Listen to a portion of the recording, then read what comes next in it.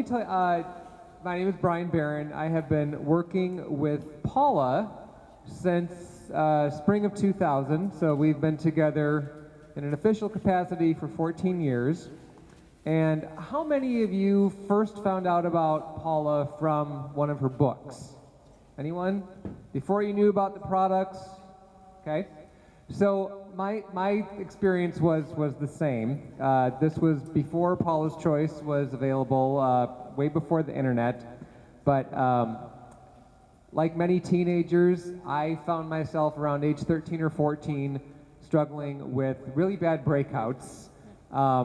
And it was the late 80s. I was a very white kid from Michigan, United States.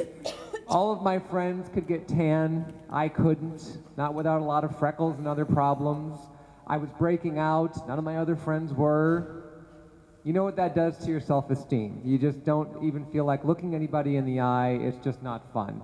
I've always been a resourceful guy, and I've always been a researcher. I've been curious about things from the moment I was born, and so this was no different. I was determined to find what I could do to fix my skin. I wanted to have better skin, and so I set out to understand everything I could about skin, but not before I went around after working very hard to earn some money and asking my parents for more allowance do you know what allowance is? Okay. More money if I just did more chores, and I would go out and I would buy my own skincare that said, just like Paula was saying, this is going to get rid of acne. This is going to clear up your pimples. This is going to give you clear, beautiful skin.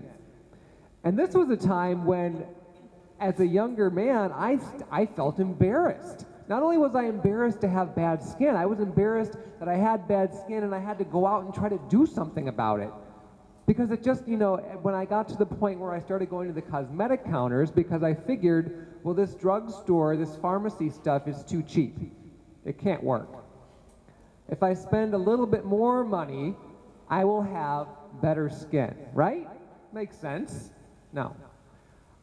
I was even more disappointed when I started buying products at the cosmetic counters after overcoming my fear of having to go up to an older woman, because there weren't any men working at cosmetic counters back then. I wish there were. It would have been easier to talk to them.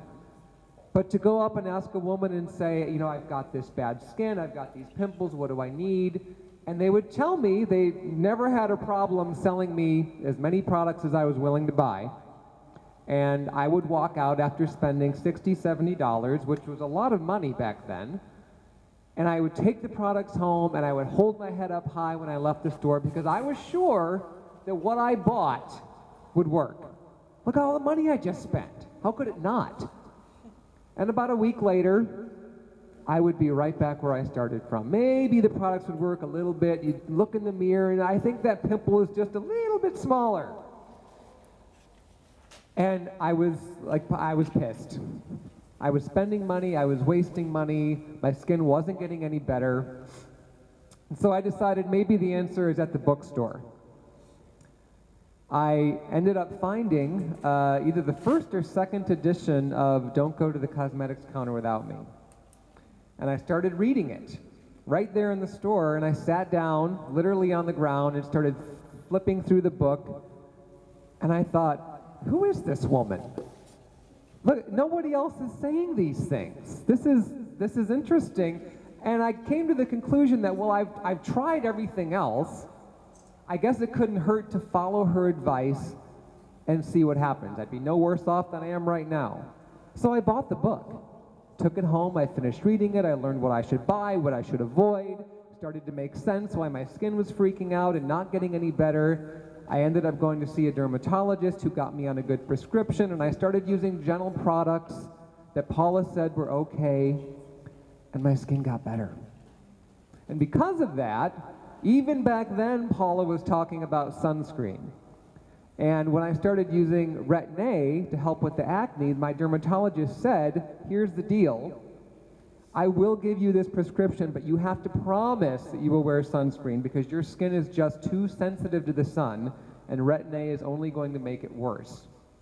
So since I was about age 14, I've been wearing sunscreen almost every day. And now I'm 40, And I have a sister who is 3.5 years younger than me, who spent a lot more time in the sun, was more outdoorsy, never wore sunscreen, got a lot of bad sunburns. People think she's 10 years older. She's not. So I'm glad that that experience happened. I am thrilled that I found Paula's book. When I moved out to Seattle, and I remembered that Paula was based in the area, I had worked for years as a makeup artist. I'd worked for years selling cosmetics, always with Paula's books in my back pocket. I would never tell any customer something that I didn't read in Paula's book. I wanted to make sure that my customers at the cosmetics counter got the best products at the time. So in a roundabout way, I've known Paula for a lot longer than I've known Paula. And it's been my privilege to work with her all of these years, not only on the books, but also on all of the reviews we do on Beautypedia, on Paula's Choice products. We have a huge team. Please don't think it's just Paula and I. We'd be drinking a lot more coffee. The presentation that I'm going to be talking to you about today is about quick beauty fixes, because in addition to all of the products we review, we also do a heck of a lot of research and writing skincare, makeup, and hair care advice. It's a confusing category, the whole cosmetics industry, and there's a lot of you out there, and we get it, because we get confused too, that want to know what to do, how to fix things. So this is all about quick beauty fixes. This is all about those things you can do in the moment when you're not liking what you see in the mirror. First thing on the list is irritated skin. And avoiding products with irritating ingredients, gritty scrubs, toners with alcohol, anything that makes your skin sting or burn or red, don't keep using it. Just even if it's something we recommend, because we can't know in our, when we review products how everyone's skin all over the world is going to react. Everyone's skin has its own differences, depending on what you're using, depending on where you live. When you do have irritated skin though, when you see a flare-up, one of the best things to have around the house is a little tube of hydrocortisone cream. Hydrocortisone is an anti-inflammatory ingredient. It can stop an itchy red reaction from happening. It is not an ingredient that you'd want to use all the time.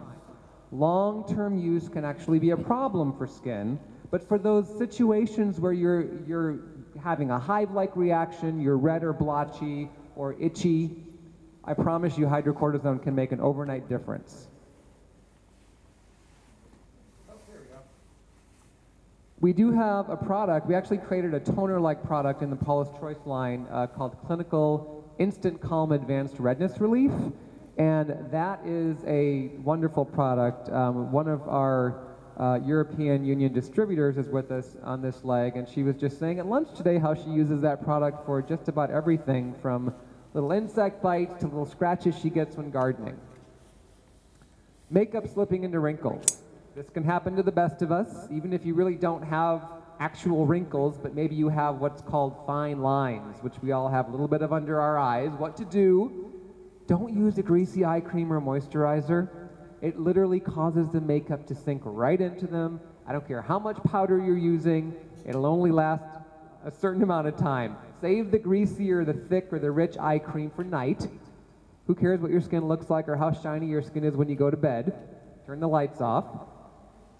Avoid applying powder in order to touch it up. You reach for your powder puff.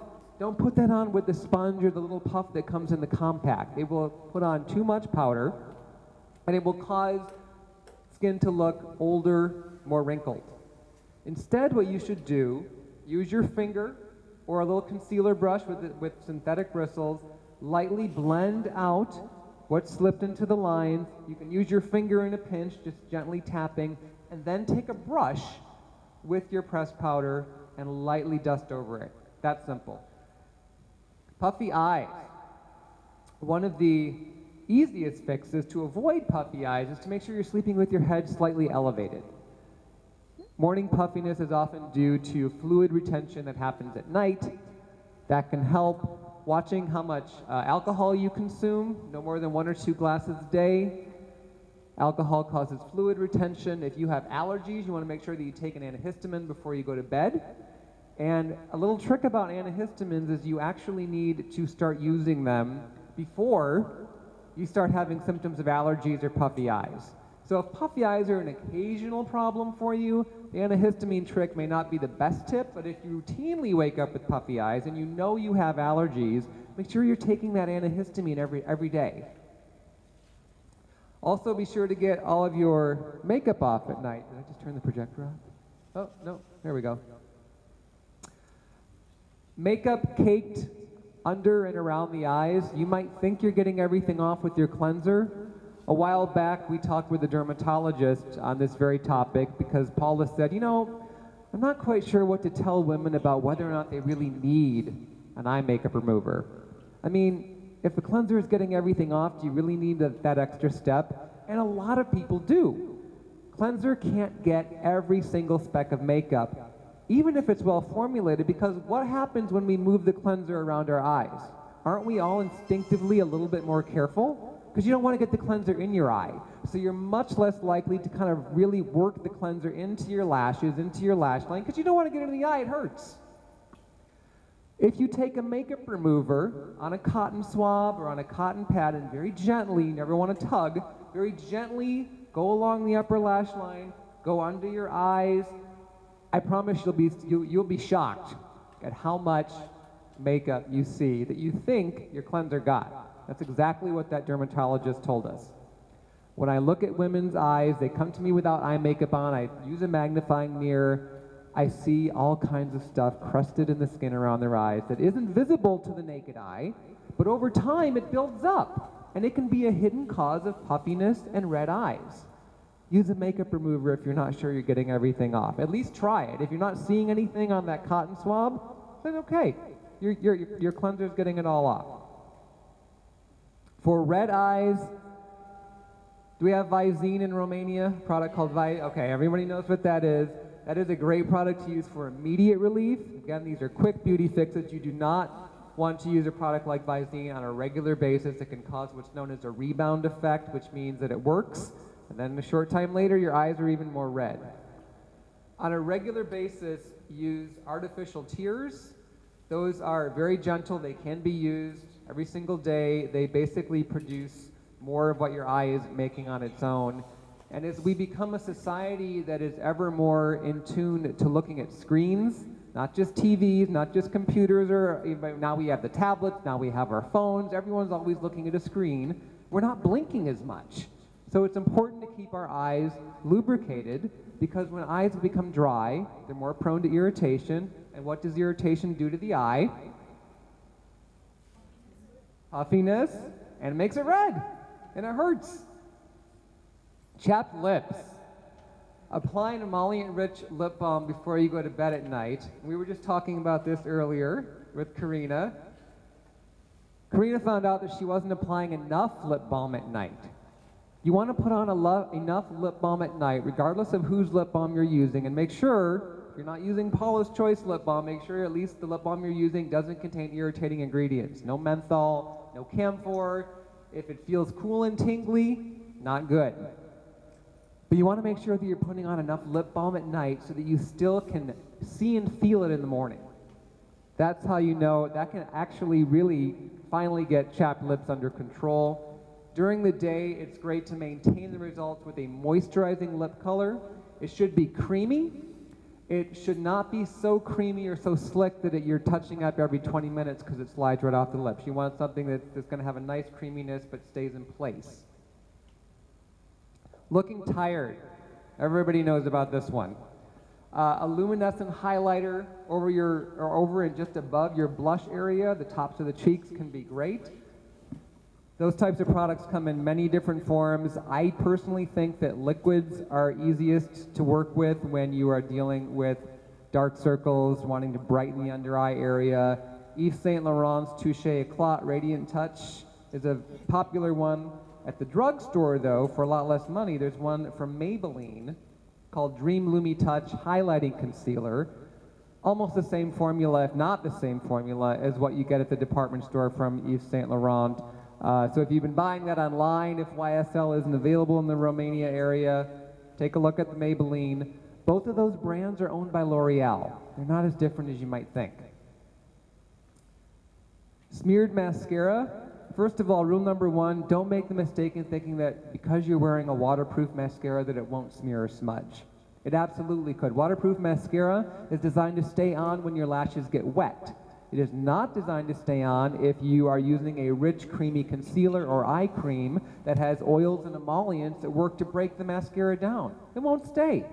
Same thing if you are using greasy or very creamy eye pencils. If that is the case and you're prone to mascara smearing and smudging, try one of the longer wearing gel type liners or even a powder liner, which can be as easy as using a powder shadow in a darker color appropriate for lining the eyes. Otherwise, when the mascara does smear, you can keep a small brush, a little bit of concealer, or even just a little bit of makeup remover, and you can get that speck right off. One of the tricks that I've done back in the days when I used to do wedding makeup, very high pressure event, the bride's nervous, you're nervous because you want the bride to look as beautiful as possible, you've got people saying, how much more time, how much more time?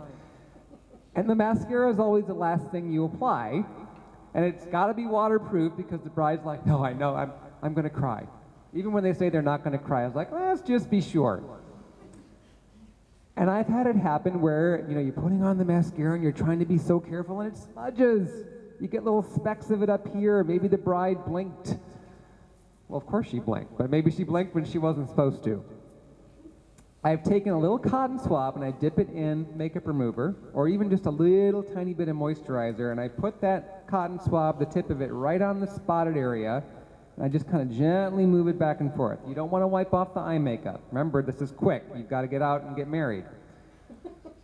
Then I take the opposite end of the cotton swab, which is dry, and wipe off any excess, and then I take just a little bit of shadow, just like an all-purpose, all-over eyeshadow color, and touch up the area. That whole process takes about 20 seconds, and she's ready to go. You can do the exact same thing at home, even if you've been married for years. Eyeshadow woes, two big ones. One is you look in the mirror and think, actually three. You look in the mirror and think, I put on too much. This is just too crazy, too intense, too dark. Or maybe one side, you've got the shading up here, and the other side, the shading's kind of down here, and it doesn't look balanced. So what do? Do you just wipe it all off and start all over? You could. But these are quick beauty fixes. So one of the quickest things you can do is to take a large flat eyeshadow brush, dip it into a eyeshadow color that matches your skin tone, and use that to buff out and blend out the areas either that are too dark or that are unbalanced so that you're getting some symmetry between the eyes. If you have a problem with eyeshadow flaking around the eyes, one of the things that the famous makeup artist Kevin Aucoin used to do we all know Kevin Aucoin? Does that sound familiar? God rest his soul. Kevin Aucoin used to put a thick layer of loose powder under people's eyes when he was doing their eye makeup, with the idea being to catch any eyeshadow flakes, particularly the dark colors, that fall onto the cheeks, and then afterwards he'd brush it off and the woman would have a nice highlight. You can do that, but if you're in a hurry, one of the things that you can do is use a clean cotton swab to lightly dust over where the eyeshadow falls and then take some powder and dust off the rest. That should remove most of it, enough for you to get yourself out and get on with your day. Rover tweezed eyebrows, a matte or cream to powder eyeshadow color can be your best friend. But if you have tweezed your eyebrows to the point where you really don't even know where to start in terms of shaping it anymore, and believe me, you just got a knowing glance from you. This is surprisingly easy to do. Don't try to redraw your eyebrow yourself unless you really know a lot about how to shape and shade an eyebrow. Go see a makeup artist, go see someone whose brow look you admire and say, will you help show me how to get my natural brow shape back? I went a little crazy with the tweezers, and then you can fill in, and then as the hair grows back, you'll start to see your natural eyebrow shape coming back. In the meantime though, for those sparse areas, you want to take an angled brow brush, and it can be synthetic or natural hair, and use a powder. Powder is easier to work with, it's harder to overdo. Use a powder that matches your brow color and fill in between the areas. If you can't find a powder color, whether it's brow powder, whether it's eyeshadow that matches your eyebrows, should you go lighter or darker? I generally say go a bit lighter.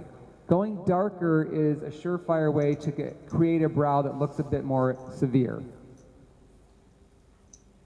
That was it. Oh my gosh, that was pretty fast. Any questions before we move on to the next presentation? We're good? All right, thank you.